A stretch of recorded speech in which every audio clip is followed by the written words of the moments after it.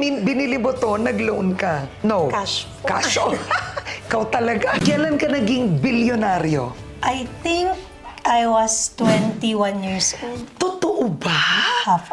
Nung first time kong na-invite sa Go Negosyo bilang awardee, I was 21 years old. So that was 5 years ago.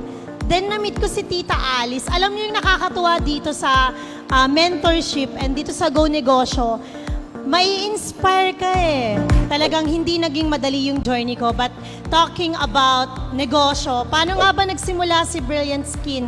Or paano nga ba nagsimula si Miss Glenda? So lahat ng yan, nagsimula sa isang pangarap. Especially, I grew up without my parents. Wala po akong nanay at tatay. So laki po akong lola.